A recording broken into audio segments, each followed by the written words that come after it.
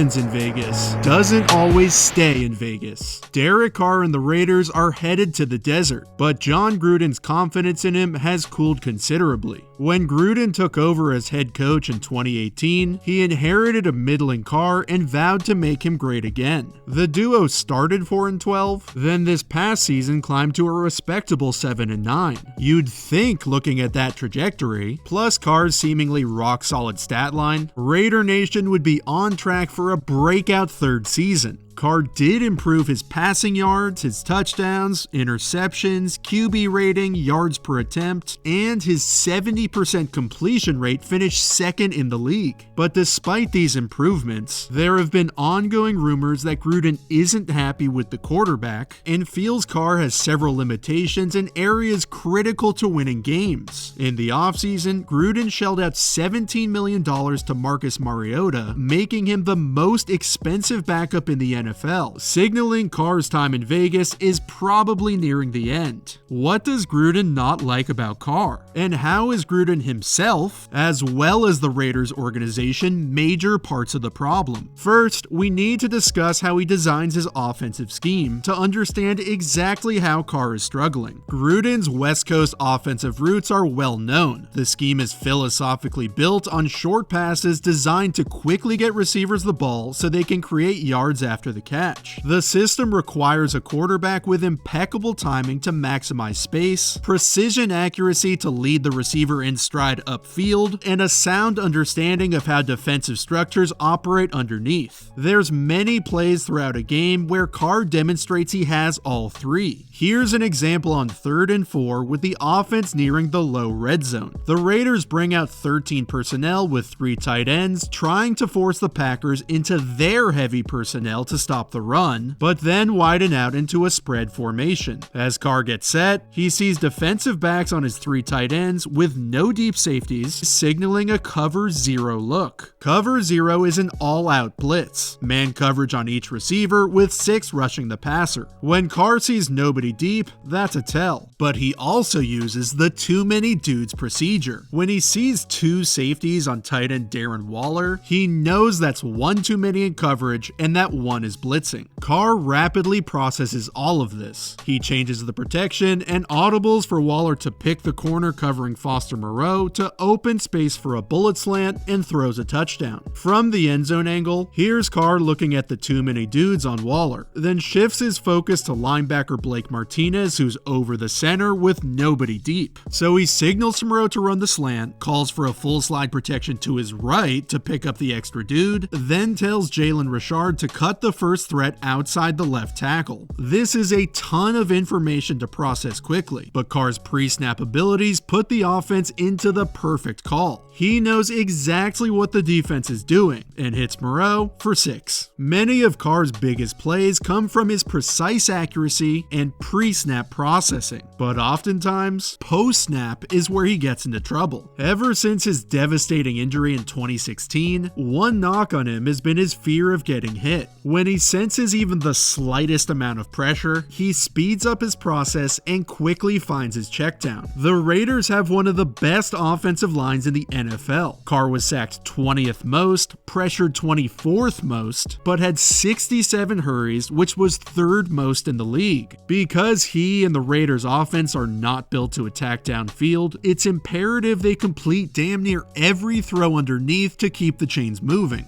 On this 3rd and 3, take note of the formation and concept because we'll see them again shortly. It's bunch left with 3 receivers in tight, running a concept called F arches. It's designed for the point receiver to run a corner route, clearing out the defense and creating a rub, paired with a shallow cross followed by the arch route, which is like a mini post breaking inside. The Texans are playing cover 6 buzz, a 3-deep zone with the weak side safety coming down to cut the shallow. This maintains enough open space for the arch route, which is where the ball's designed to go. The concept works because this defender has to dodge the clear out while reacting to the outside stem of the arch route, and the safety can't cover the arch since he's occupied by the shallow. This creates all sorts of leverage and alignment issues for the defense, but when Carr feels the tiny tiniest bit of pressure, he actually creates pressure and throws to the covered checkdown. The first read in Carr's progression starts with the backside linebacker to make sure nobody is covering the middle hole. When the backer stays put towards the flat, he snaps his eyes to Waller on the arch route. On 3rd and 3, this ball needs to come out now with anticipation, even if the defender is near. But Carr feels the pressure, which is pretty well blocked up, and by the time he jumps out of the pocket, it's too late. He is the most sensitive to pressure, or perceived pressure, and his unwillingness to stand in the pocket long into the down infuriates Gruden to no end. But that's not the only thing that does it. Yes, Carr's average depth of target in the last 2 seasons is the lowest in the league, but that's mostly due to the design of the system. What royally pisses Gruden off is how often Carr checks down to the flat, last year doing so the most of any quarterback. Whether Carr feels pressure or just isn't aggressive enough to push the ball into a tight window, also something he does near the bottom of the league, he leaves a ton of plays on the field, which Gruden feels he has schemed open. He believes Carr should be more productive in his offense, but actually, it's much more Gruden's fault and the front office's fault than he would ever admit. When we look at the roster construction of the 2019 team, it is glaringly apparent they did not have above average or even average wide receiver talent. Yes, their scheme is based on attacking underneath, but without talent at that position, there will be fewer yards gained after the catch, fewer explosive plays, and if you don't have speed to stretch a defense deep, you limit the ways you can attack them. Gruden recognized this weakness, so he placed a premium on collecting tight ends to force defenses into base personnel, then spread them out. It works when Darren Waller or Foster Moreau are beating up defensive backs and linebackers close to the line, but without any deep threats, it limited what Gruden could do schematically and created exploitable tendencies in their offense. Against the Bengals on 3rd and 1, the Raiders go back to their arches concept from a similar bunch formation. Here they have 3 receivers in the bunch instead of Waller, who is split out on the opposite side, which has the added benefit of signaling to Carr it's man coverage since he's covered by a safety. Carr is worried the Bengals are playing cover 1 rat, which is man coverage with a low hold defender. It's really the best way to stop arches. But when he gives a hard count and Nick Vigil jumps into a blitz, Carr knows the middle linebacker is in man, clearing the middle of the field. Watch how Hunter Renfrow switch releases with a receiver going inside of him. This helps create the leverage advantage on the corner just like the Texans play. Carr makes a good, accurate throw so Renfrow can turn upfield and the Raiders convert the first down. Just 2 plays later, now on 3rd and 4, the Raiders use a nearly identical formation flipped to the opposite side of the field. They're running the exact same play, without a switch release this time, and the Bengals present a similar man coverage look, with a safety on Waller, the 3 corners in man, but this time, put a linebacker in each B gap. This could also be cover 1 rat, with either Vigil or Sean Williams playing that low hole, and the other covering the running back. But they're actually playing double 83 robber. Williams will double Waller, while the free safety Jesse Bates comes down to rob the arch route. Because the Raiders just ran this, he recognizes it immediately. Carr checks Williams at the snap and sees him shift towards Waller, and with nobody else dropping, Carr feels good about the middle of the field being open. He sees the space Renfrow has created, and with Tyrell Williams basically hiding the charging Bates, it looks like another big gain. With the first down marker right here, Renfrow could have cut the route flatter to protect against someone besides the corner undercutting the throw. But Bates comes from so far away, nobody saw it coming. This is flat out bad play calling, and a throw you can't blame Carr for making. The Raiders' personnel deficiencies created both formational tendencies and repeat concepts designed to force one player the ball. They deployed multiple tight end sets, the most in the NFL, which limited the ways they could attack the defense. Teams exploited these tendencies, and because the Raiders weren't threatening them deep, they could be that much more aggressive. When the blame landed on Carr, a lot of the time it was actually Gruden's fault. Here's another one of the Raiders' concepts they called quite often their 3x1 flood concept. It's designed to attack 3 levels of the defense and is most effective against zone coverages, but was successful against man as well. Gruden wants the ball to go to the number 3 receiver, the most inside to the formation, so he'll put either Darren Waller or Tyrell Williams in that position. Here the Bengals are playing cover 1 wrap, so Williams, who is attacking the second level of the defense on the sail route, has the leverage advantage to the outside. Carr gets some pressure and makes a beautiful throw. The problem is, defenses know the Raiders' personnel limitations and the tendencies they create. An offense that lives underneath and struggles to create explosive plays requires high levels of efficiency, so defenses know at some point they'll have to call what has worked in past weeks. 2 games after the Bengals matchup, the Raiders line up in a similar 3x1 formation. They're in their 3 tight end personnel package to try and get the Chiefs into their heavy personnel, then make them cover in space. Look how similar the formation is to the Bengals play. The tight end is off, but still close, and the 3 and 2 receivers aren't as tight. But it's still similar enough that the Chiefs, and especially Tyrann Mathieu, immediately pick up what's happening. If you're trying to stretch the defense and you have 3 tight ends on the field, you're severely limited in how you can attack. The Chiefs play a very similar coverage as the Bengals, and since Carr thinks he has a linebacker matched on Waller in man coverage, he's licking his chops. But the Chiefs have game planned against this look and are playing an in and out bracket on 2 and 3. Carr thinks Waller has the leverage advantage going outside, just like Williams did, but Mathieu is all over it and easily picks it off. He even said after the game, "The biggest thing is we knew that when Carr did take shots downfield, we understood it pre-snap by the formation and it put us in position to make a play." This is another bad throw I don't blame Carr for. Based on what Gruden and the Raiders had already put on tape, the Chiefs knew what was coming before it happened. Gruden has to take accountability for his play calling errors. Too often, he fails to attack what the defense is presenting him and doesn't adjust during the game to create optimal strategy. The Raiders scored just 27 points in the third quarter all of last year, which tells me at halftime the defense is adjusting to them more than the Raiders are adjusting to the defense. So how can Gruden, the Raiders, and Carr fix this and improve on their near 500 record from last season? They've already addressed their receiver issue by drafting Henry Ruggs as a dynamic option underneath, with Bryan Edwards threatening deep. This should help open Gruden's playbook, allow him to disperse the ball to more players and attack more areas of the field, as well as help Carr become more aggressive, knowing he has actual playmakers at receiver that can use their speed to create space. Carr has a much better arm than he's given credit for, but it's been his inability to actually use it which has created issues. Is that because of his passive nature or fear of getting hit? Or just that his weapons failed him these past 2 seasons, and Ruggs and Edwards will bring him out of his shell once again. Gruden wants Carr to make his system work even if it's flawed. And now that Carr has the weapons to do it, 2020 is a massive, pressure-packed season to prove who he really is. That he can lead this franchise, become more aggressive, and that he can stay in Vegas.